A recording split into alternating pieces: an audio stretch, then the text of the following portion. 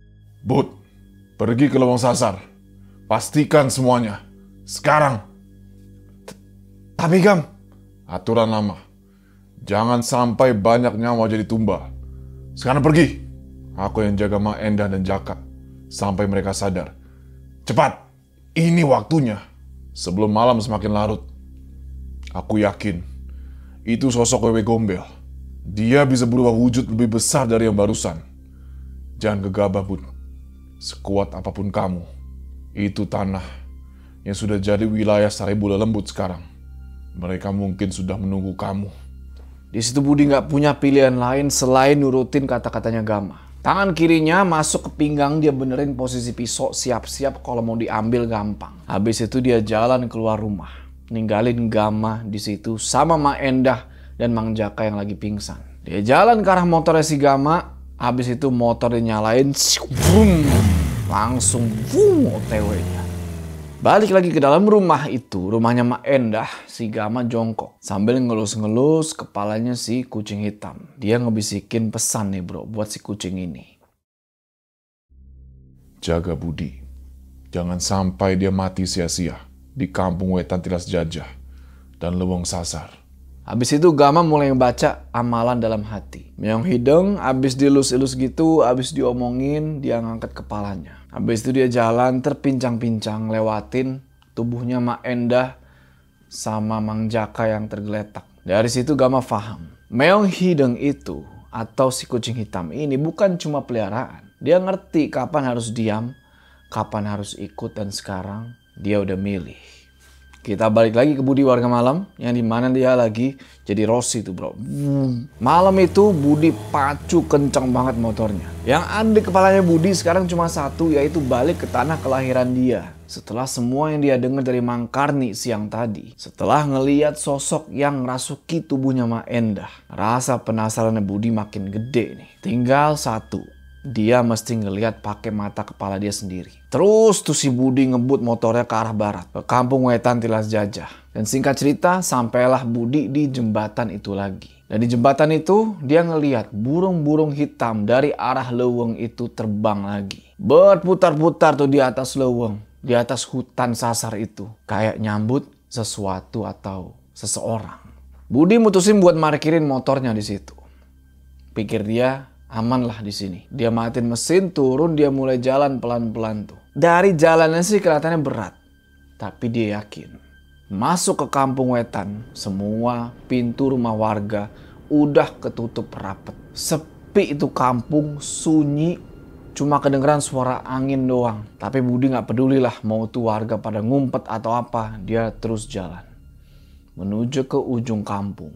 Sebenarnya dia gak mau kalau ada satupun warga yang tahu kalau dia balik ke kampung itu. Akhirnya dia makin mempercepat langkah, tapi tetap silent bro. Singkat cerita, sampai juga nih Budi di atas satu bukit kecil yang dimana di depan dia sekarang udah ada bekas rumahnya dulu. Bangunannya sih udah hancur emang, tapi arahnya masih sama, yaitu ngadep ke Leweng Sasar. Pas dia mulai ngelangkah ngedeketin bekas rumahnya itu, tiba-tiba dari belakang dia ngedenger suara. Langkah kaki juga, pelan. Tapi makin lama makin dekat. Ngerasa diikutin, Budi langsung berhenti. Tek. Nah nafas, dia mikir nih di belakang manusia apa binatang. Tapi dari pergerakannya sih, kayaknya bukan binatang. Dalam hati Budi bilang, cuma satu orang. Belum terlalu dekat. Akan aku habisi di sini. Akhirnya Budi ngelanjutin jalan nih bro.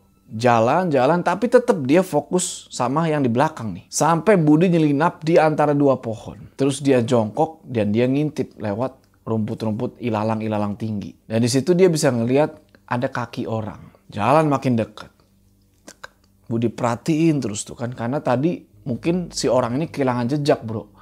Pas si Budi masuk ke dalam semak-semak atau ilalang itu. Budi perhatiin dari balik ilalang itu. Laki-laki ini pakai jaket. Ada tudungnya. Perhatiin, nunggu momen yang pas Budi pegang pisau di pinggangnya itu. Dan langsunglah dia, begitu momennya pas dia keluar dari semak-semak. Dan langsung dia, dia piting ini orang. Diam, jangan teriak. Pisau ini bisa moter kamu sekarang juga. Siapa kamu? Jawab. Ampun, Bun. Ini Amang. Mengkarni. Ini Karni. Di dalam leweng sasar terdengar teriakan, Bun. Mungkin di pintu ujung sana lagi terjadi sesuatu. Hal buruk.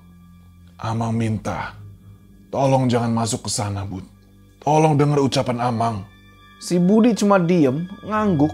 Tapi ini orang tua, kagak dilepasin. Malah pisaunya itu makin diteken sama dia. Sampai si Mang Karni ini teriak-teriak, Bud, tolong Bud, jangan Bud, jangan. Gak lama, si Budi digetok tuh belakang lehernya Mang Karni kan. Sampai Mang Karni ini pingsan. Udah tuh, nyungsep Mang Karni jatuh tengkurap di atas tanah. Budi bilang, ini gak akan lama. Nanti pagi Amang bakal sadar. Dan tidak ada yang bisa larang aku masuk ke lubang sasar. Apalagi ini perintah Gama. Abis memingsankan si Mang Karni, Budi lanjut lagi jalan tuh. Dia masukin pisau ke punggung. Tujuannya cuma satu, yaitu gerbang masuk leweng sasar. Muka udah keringetan tuh, bro. Tapi tatapan tetap tajam. Matanya tuh mencari. Entah mungkin Ki Sugik sendiri ataupun pengikut-pengikutnya. Pokoknya dia mau cari. Termasuk si Wewek Gombel yang dibilang sama Gama. Gak lama, rumput-rumput makin tinggi. Dan dari situ juga Budi ngedengar suara tuh warga malam. Suara erangan, suara manusia. Yang semuanya itu datangnya dari ujung. Budi melangkah makin cepet. Dan gak lama dia ngeliat udah ada 3 orang tuh tergeletak. Masih hidup, tapi lemes gak bisa gerak. Nah, mereka ini pakai baju serba hitam. Dan pas ngeliat si Budi datang, rambut gondrong, badan tegap, langsung pada kaget. Budi langsung tanya kan, siapa kalian? Nggak pakai babi bu, langsung dijambak salah satu orang. Dia tanya siapa. Orang itu cuma geleng-geleng aja tuh nggak mau jawab. Tapi Budi udah hilang kesabaran. Langsung aja dia tembak. Kamu pengikutnya Sugik bukan? Tapi dia nggak jawab kalau dia pengikutnya Sugik. Dia bilang kalau ada orang yang baru masuk ke dalam. Nggak tahu itu siapa. Tapi di sini Budi nggak mau ambil resiko. Dia nggak pengen kedatangannya diumumin dan satu persatu dari 3 orang itu dibikin pingsan semua. Dak. Setelah yakin udah nggak ada yang nahan lagi, Budi lanjut jalan lagi, masuk sendirian ke lubang sasar. Nggak lama masuk ke dalam lubang sasar itu, lagi-lagi Budi berhenti karena dia ngelihat ada sarung. Sarung lusuh tergeletak di atas tanah, sarung yang dia lihat semalam dan dipakai sama laki-laki pengendara Vespa tua itu. Dia ambil itu sarung, dia liatin, dia yakin banget kalau laki-laki yang punya sarung ini masuk juga ke sini. Tapi ngapain? Itu pertanyaannya. Gak lama, dari jauh muncul laki-laki ini. Jalannya santai. Dan ya, itulah dia. Laki-laki bersarung yang kemarin Budi sempat lihat dari kejauhan. Dan mereka sekarang saling hadap-hadapan face to face buat pertama kali jarak dekat. Si laki-laki ini ngeliatin Budi dengan tatapan kayak heran gitu. Tapi akhirnya dia nyengir. Ngeliat gelagatnya, Budi makin yakin kalau ini orang bukan orang sembarangan. Ayolah, udah cukup lah. Aku aja yang tingkahnya kayak monyet. Jangan ada lagi orang yang kayak hewan buas. Itu sarungku. Balikin. Jadi, kamu yang habisi orang-orang itu. Balikin. Sarung itu ada kutukannya. Aromanya keringat pendekar Jawa. Bisa bikin hidupmu gak tenang. Kamu pakai ikat rambut kamu, bisa jadi sarang kutu. Buat apa kamu masuk ke dalam lubang sasar? Baru aja si laki-laki aneh ini mau jawab, tiba-tiba suara teriakan.